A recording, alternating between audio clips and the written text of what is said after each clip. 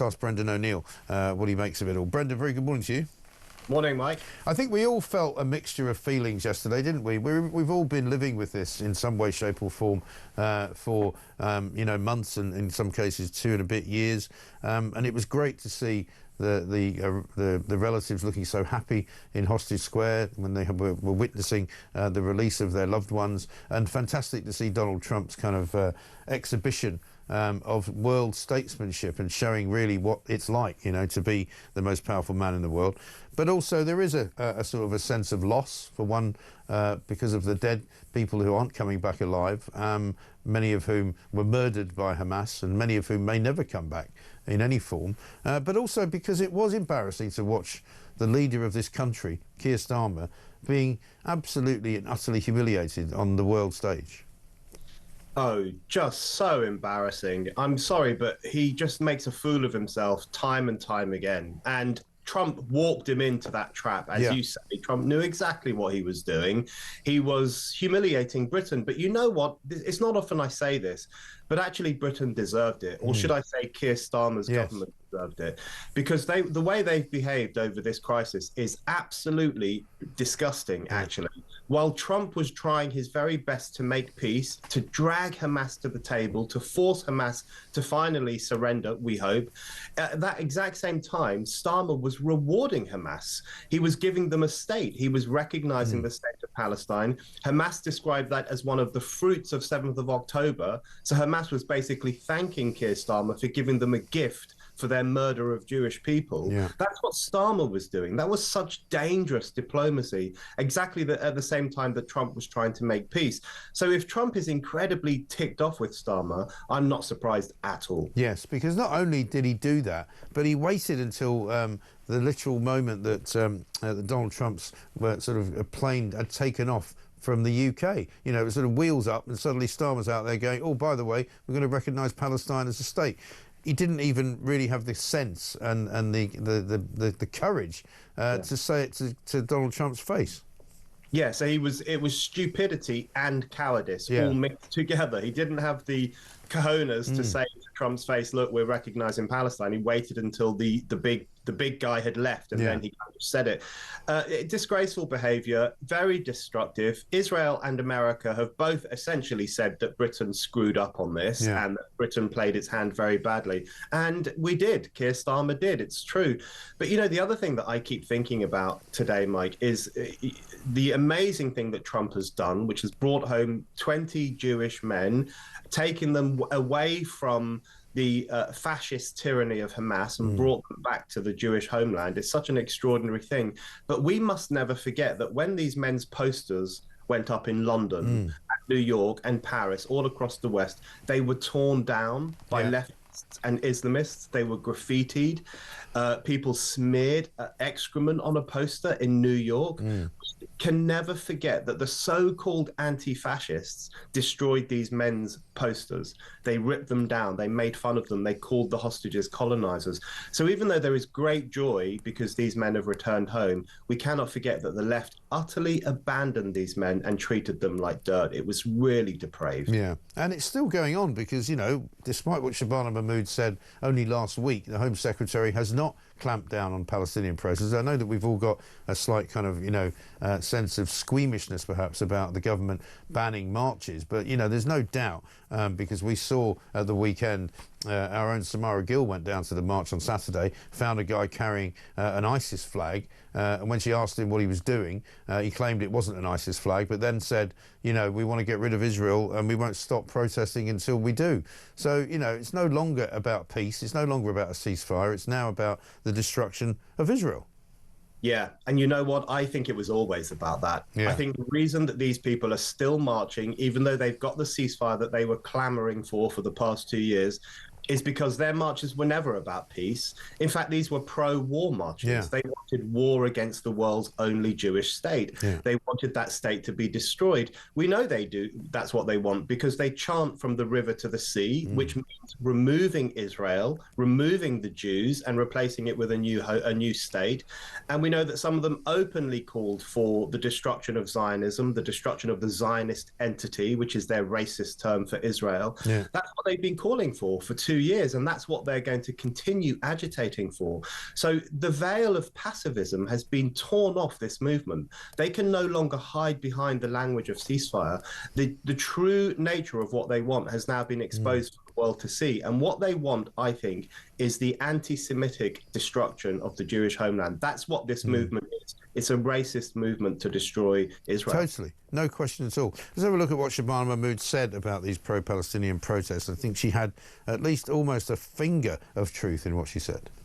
I do have to say I disagree with him. I was very clear that the protests that took place immediately after this terror attack, especially in Manchester itself, were fundamentally un-British. I hope he would agree that sometimes imagining it was you that had suffered and extending a hand of friendship, love and solidarity to a community that is suffering is the kind thing to do, it's the right thing to do, it's the British thing to do. And I would have wanted to see organisers of those protests in Manchester in the immediate aftermath of the attack and across the country at least show some of that very British solidarity. That doesn't mean to say that people are not allowed to protest. They are, they have been, I'm sure they will continue to do so. But sometimes I think a little bit of solidarity and kindness can go an awful long way. I mean, that's not quite the same as telling them that they're going to have police are going to have special powers to clamp down on them. You know, asking them for solidarity and kindness. It's not really going to work, is it? Well, asking for kindness from this movement is a complete waste of time because it's not a kind movement, however it might present itself. But, you know, she's right to say that the fact that these people marched immediately after the Manchester synagogue terrorist attack is horrific. It's truly horrific because what those marchers were calling for in the aftermath of that anti-Semitic attack, they were saying, long live the Intifada. Yeah. We all know what Intifada is. Intifada is violence against Jews in Israel.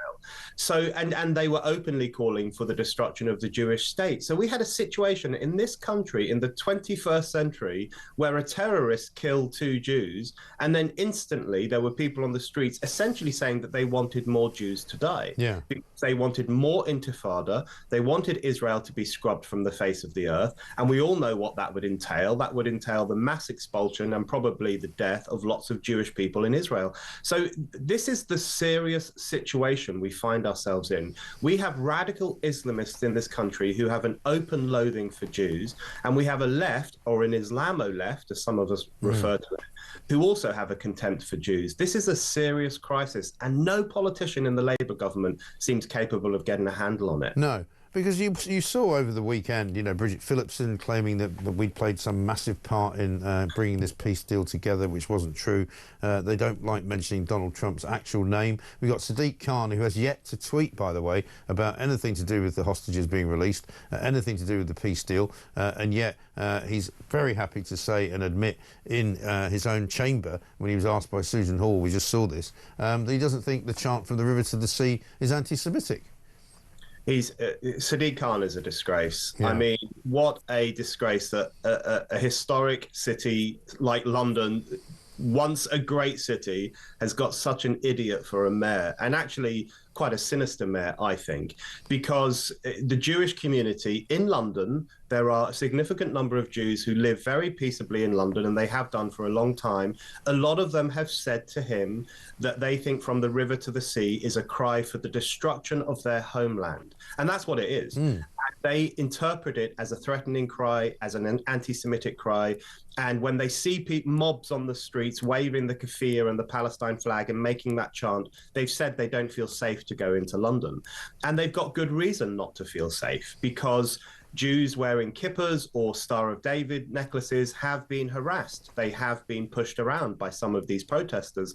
So Sadiq Khan is just ignoring the pleas of London's Jews, and he is just brushing them aside. I think that is unforgivable. He should take more seriously the concerns of Jewish people in London. Yeah, and also police who have been involved in arresting others for hate crime, and people who are involved in framing this as Islamophobia law. You know, as far as they're concerned, all you need to commit a hate crime is for somebody to feel vulnerable, or for somebody to feel distressed, or for somebody to feel as though you know, you're picking on them. So how does that not work if Israeli Jewish people or British Jews say we don't feel safe? Apparently it doesn't apply to them. Exactly right. The double standards are extraordinary. And there's a clip going around, I'm sure you've seen it, of a protest in Oxford, I think, where the protesters chant, Gaza, Gaza, do us proud, put the Zios in the ground. Yeah. That is an open call for the killing of what they would say are Zionists, but I would say are primarily Jewish people. Yeah. That will not be treated, I bet you, with the same seriousness as someone like Lucy Connolly, who was banged up for months for her stupid tweet that she wrote after the Southport riots. There's this two-tier justice. We all know it's true. We can all see it with our own eyes. The establishment denies it constantly, even though we all know it's there. And we really see that two-tier approach in relation to the Jewish people in this country and to the question of Israel. The usual rules of wokeness never apply when it comes to those issues, and I find that really interesting. Yeah, I find it quite sort of chilling, actually. And I mean, the way that this country is going and the way that some of these Labour politicians are stewarding it is only going to lead to a bad place. Have a look at this. This is Samara Gill, Talk's very own presenter, going down to the march on Saturday and spotting an ISIS flag. A flag for the Islamic State right near Westminster. I mean, we've had a terrorist attack in the past few weeks, and now we have someone wielding an Islamic State flag. Modern Britain confirmed that that flag there is a flag for jihad. It's a very interesting flag. Yeah, what does it mean? Declaration of faith. Basically, it means there's no God but Allah, and his prophet is Muhammad. That's it. It looks a lot like the jihad flag to me. Nah. We're here to show the government they need to cut ties with Israel. We want no more. We want Palestine to be free. Free from what? Free from Israel. The troops have come out just a couple days ago, so it is effectively free now, would you? Yeah, it is, but obviously the original whole land, even where Israel is now, that was all Palestine's land anyways. So you want the land back. I'm not too educated on the history, I'll be honest, but obviously speak to someone older that knows the history. I'm not too educated on it. So you're happy for the Jews to be removed from Israel? Very happy for that to happen. Okay, and how would you want that to happen? God knows, innit? God knows, innit? Welcome to Britain 2025, Brendan. It's a bit worrying, that, isn't it? Incredibly worrying. I mean, that guy can be forgiven to a certain extent. He's very young. He's obviously a bit dumb, if I'm allowed to say that. Yeah.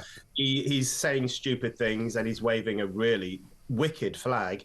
But you know who I have even more contempt for are the kind of bourgeois middle-class leftists who march alongside people like that. These are the kinds of people who claim to be anti-fascist, who claim to be super woke, who tweet "be kind" and have the pride flag and the BLM fist and all that stuff in their social media bios.